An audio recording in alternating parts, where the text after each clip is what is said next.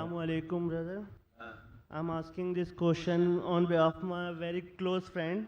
He's a non-Muslim. He don't want to disclose his name, but he's an engineer by profession. He want to know Quran does not contradict with modern science, but it says Adam alayhi salam was the first man on the face of the earth. But this goes against the theory of Charles Darwin regarding evolution. Brother asks the question, he says Quran matches with science, but does not agree with the statement of the Quran that Adam alayhi salam is the first human being. It goes against the theory of Charles Darwin, and I agree with you.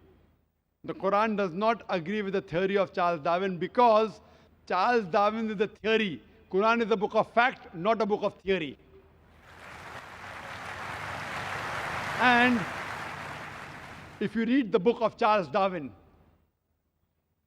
The Origin of Species, it says that Charles Darwin went on the ship by the name of HMS Beagle, which went on an island by the name of Calotropis. And he saw birds pecking in holes and niches. Depending upon the niches the bird pecked, the beak became small and long. Based on this observation, he propounded his theory of natural selection. But he wrote a letter to his friend Thomas Thompson saying that I have got no 100% proof regarding my theory, but because it helps me in embryology, in rudimentary organs, etc., he has propounded that. Otherwise, Charles Darwin himself agreed that there were missing links. That's the reason in school, if we had to insult someone, we used to say that if you were present during Charles Darwin's time, then his theory would have been proved right. Insinuating he looks like an ape. So this is just a theory. It is not a fact at all. I have not come across a single book which is called as the fact of evolution. All of these are theories of evolution.